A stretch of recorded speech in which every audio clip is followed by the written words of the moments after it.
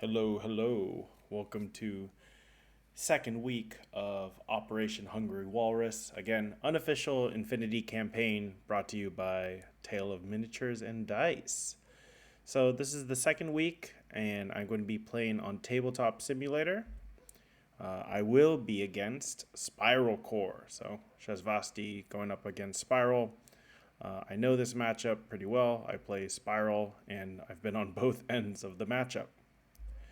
I'm going to be playing my good friend, uh, Chosen Pariah. Me and him started talking on Twitter when I started the Infinity Saigon group. And we played a bunch of times on TTS. We played for like maybe over a year. I don't know, maybe 2 years even.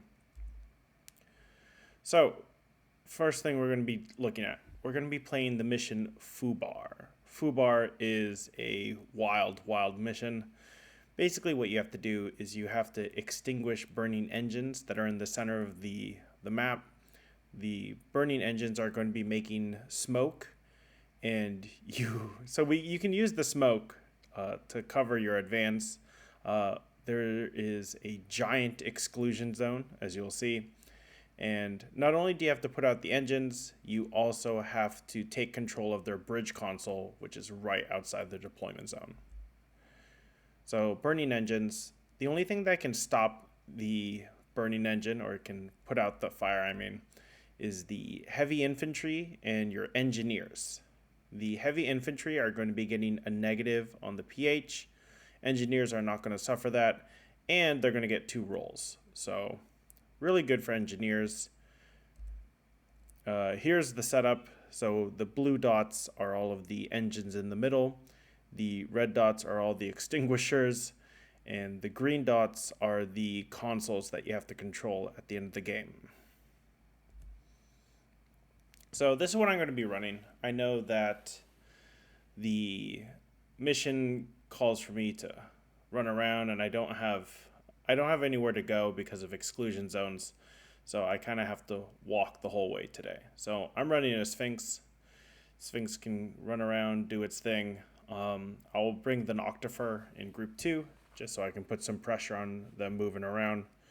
To complete the mission, I'm going to bring the Caliban Engineer, and I'm also bringing the MedTech Obsidian.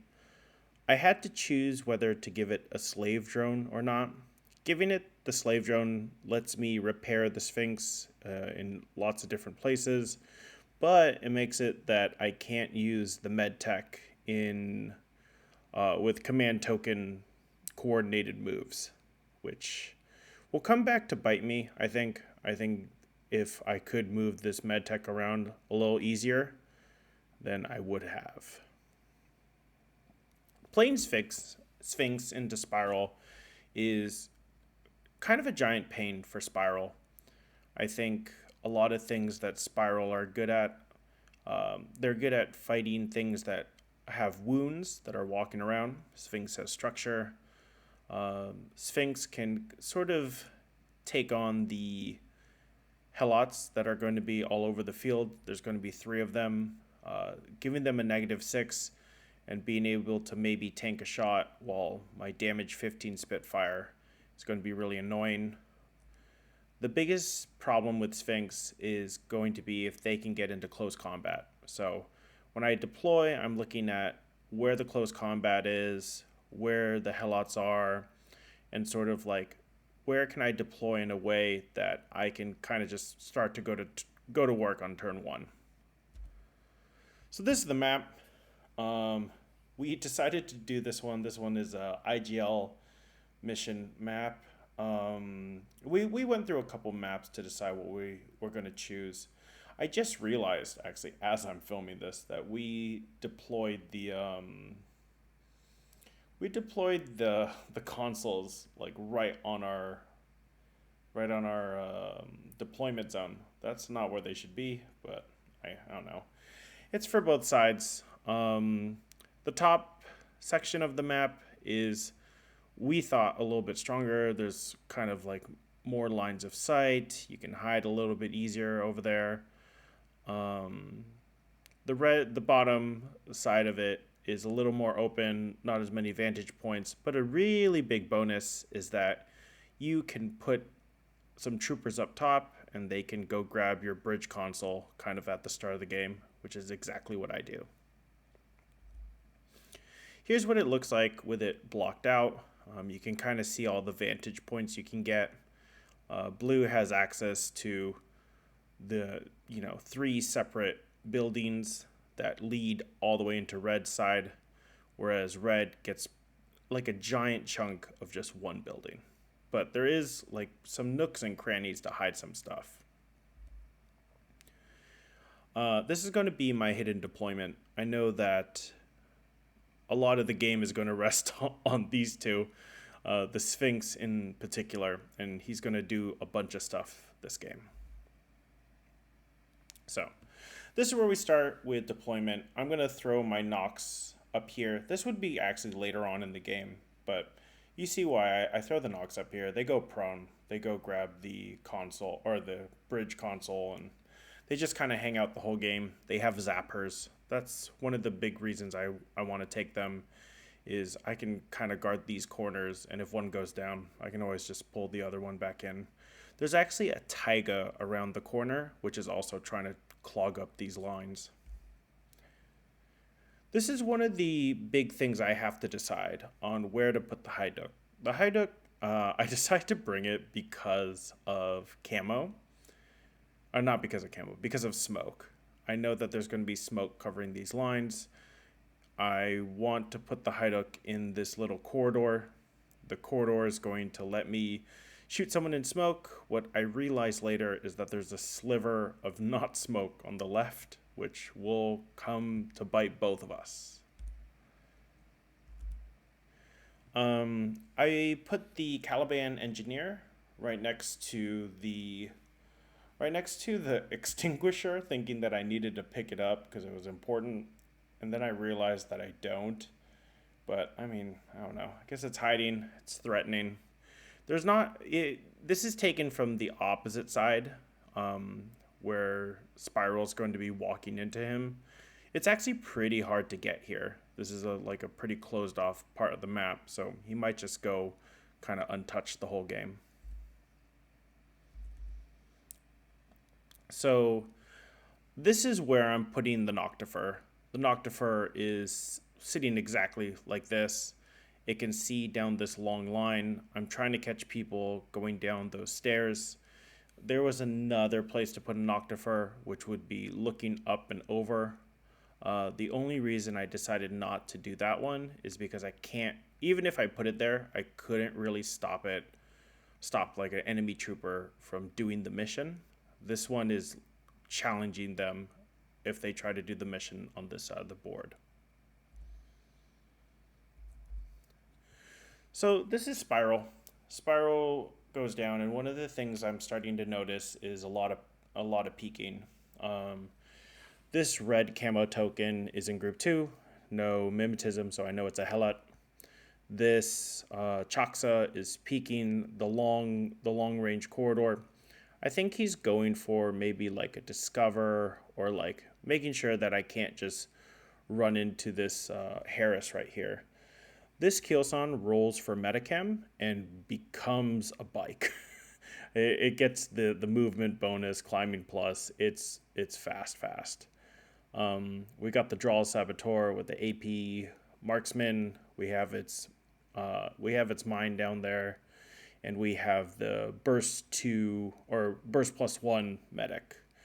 They can form a Harris, but because the Kyosan becomes very, very fast, the Kyosan could just leave them in the dust. This is going to be the other side of the deployment. This part of the deployment, you're looking at a Kriegel agent poking its head. At this point, I think that there's going to be one of 2 or even 2 snipers. Like both of those guys poking their head could be the schemer sniper with the viral, which isn't bad into Sphinx. It's MSV2, you're pumping in 2 shots. Viral isn't really doing much because my armor and BTS are the same. It's not getting AP, so I can kind of fight it. It'll come up. It'll come up. So, game start. Taiga time. Taiga runs out. I drew a little box here to show that there is a Helot looking at me. The Helot is going to shoot this Taiga. This is something I kind of want. I know that we're in sort of the pawn takes pawn action right now. The Taiga is pretty close to where the Sphinx is, so as soon as this thing reveals, I know that I can Sphinx it. My hope here is just to dodge and survive. I don't. the Helot just smokes me. That's it. My other Taiga that's more centralized starts to run down. This makes the Choxa take an ARO. The ARO doesn't turn it into a sniper, so I know that this is a real Choxa and not a sniper, which is good for me, so I can kind of move up and down this lane as I please. So the Taiga went down, didn't die. I moved the Sphinx up. I was kind of worried about the Sphinx fighting the Helot putting the light rocket launcher onto the Taiga and, getting kind of a free body off. But I take the chance. My min -6 matters, and the light rocket launcher shots just fly over my head, and I down the Helot in 1. I advance. I just advance, and I come up to see this guy poking around the corner. It turns out to be the sniper. Sniper takes a shot. It actually beats me in the first face-to-face. I end up sliding around this car, shooting it as I go, and I get him the second time. This is where decisions need to be made. The sniper goes down. It's the Tagma. I know that this Cosil engineer is really important to his plans. The link is broken, so I can go in on this. Just underneath me, there is a Toha delegate. The delegate can't eraser me because I'm a tag. The AP marksman Saboteur on the left-hand side is prone, and there's a big red Helot marker next to him. So I'm kind of faced with a decision. Do I want to round this corner? Do I want to fight into all this stuff? Or do I want to just maybe take a little bit and then go my own way? So yeah, I just go around the corner and I go into this Kriegel. I'm letting the Kriegel decide what to do first. He knows that I want to kill the Cosil, so he's going to elect to do smoke so that I can't go straight into the Cosil. If I do that, then I'll have to intuitive attack, and there's all these other guys around. Because he chooses a non-face-to-face action with me, I'm just going to flamer him. I'll just take the 2 hits and, be on my merry way. He doesn't survive the flamer, and he's down. While I'm crossing back over, going back towards the middle, I take some pot shots at the Choxa that I thought might have been a sniper. I get pretty lucky on this one. I think I was hitting on 8s. I hit him, he goes down. And I mean, that's just a small little order for me. The main thing I'm looking for is to kind of drain this order pool. I could have gone for both my engineers going towards the center in the beginning of the game, but I think these Helots would have slowed me down way too much and I would have just got caught in the middle. So what I focus on doing is getting my Sphinx back into my deployment zone. He just runs all the way back. I kind of think of the Sphinx as basically a Mongolian horse archer. Just goes in, takes some pot shots, runs away, goes in, takes some pot shots, runs away. And, I'm kind of waiting to see if he wants to chase it or how he's going to deal with it. I know that putting it on this side is really dangerous because of the Keelson. The Keelson moves very, very fast now, and its CC ability will just totally rip open the Sphinx. So I spend the extra order that I thought I would have used to put my Hyduck into suppression, and I decide to put my Sphinx back into camo. So here he comes. Kyosan breaks the link and just walks out into the open. He's going to pick up this extinguisher, but he gets caught. He gets hit by a missile long range from my Noctifer. It's not going to matter that much to him because he has Symbio. So even if he fails one, he's still a Kyosan, which unfortunately he does. He rolls a 3 and takes a wound. And there's my Noctifer just looking at him. So he knows he has to deal with the Noctifer. So what he does is he actually starts to mobilize that Saboteur that was on the far side. Goes up this building, comes all the way around, gets within 24 of me, and he's just shooting 3 shots onto this guy. The -6 doesn't help him, but he's able to. He takes 1 or 2 orders to put down, and there goes the Noctifer. Not a big loss, but excuse me, not a big loss, but being able to put that down with like a few shots was really good for him. Okay, so here comes the Kyosan. Kyosan is going to be just fighting fighting my Hyduck that I thought would have been shooting through smoke.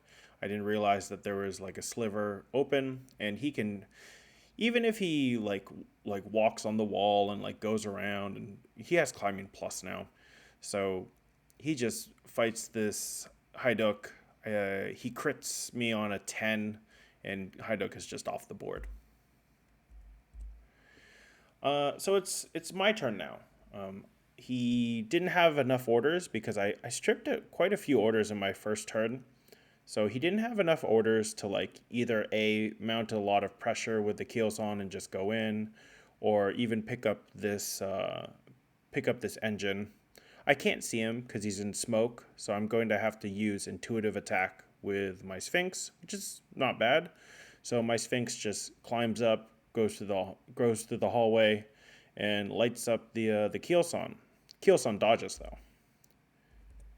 Kyosan dodges. He doesn't like having to deal with this just kind of fire templates, and he dodges out of smoke. And again, we're at the same thing where I can see him because there's a sliver of smoke not there. Even if he were to go prone, I could probably crawl climb my way to go see him. I put 4 shots from my Spitfire into him, and I actually down him in one go. So again, another sort of spiral fortress. I come out of that little alleyway, and I fight the Helot. The Helot reveals to shoot me. I'm out of cover, but I'm still -6, and I still have 4 shots. We're outside 8, so I win this exchange. And we have a lot of stuff down here, and I'm deciding whether to go for this Drawl. This Drawl Saboteur has an AP Spitfire, or AP Marksman, which could potentially do some damage to me. So it'd be nice if I could put him down, but he's in this kind of big fortress. There's other guys around, and I decided to just pick off some more orders. So we do my favorite thing of the game, which was to jump in the truck. I just go in the truck for a little bit and then jump back out, and I'm able to put down another Choxa that's just peeking the corner. I've taken out quite a few regular orders. I'm pretty happy with it. I know that there's going to be a lot of pressure on him to do something with those few regular orders.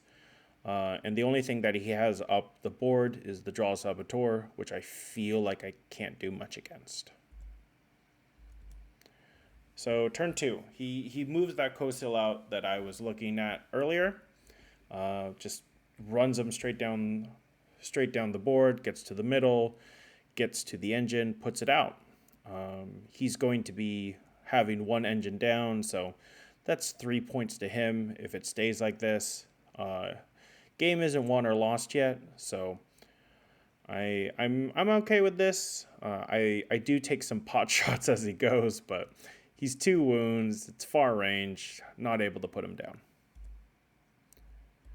So we get to this. He knows that he's going to be low on orders, so he kind of has to push aggressively with the Saboteur. So he still has his Symbiomate, which is good. He lays down a mine, and that Taiga right in front of him is actually unconscious. This is going to be the end of his turn, and it's kind of going to be on me to figure out what to do turn 3. So turn 3, it's pretty straightforward. Just run in with the Sphinx again. So Sphinx runs to the middle of his table. He takes out the Kosil that was getting the burning engine earlier. He also puts down the chain of command. So the first sniper to die was the lieutenant. He had the chain of command, so they're not in loss of lieutenant. But now with chain of command down and no lieutenant and no command tokens to make things regular, the game is sort of kind of just here. So we decided to call it. We call it at 6-3. I had a couple more orders left. He had, his last turn, but we don't think it's really going to matter.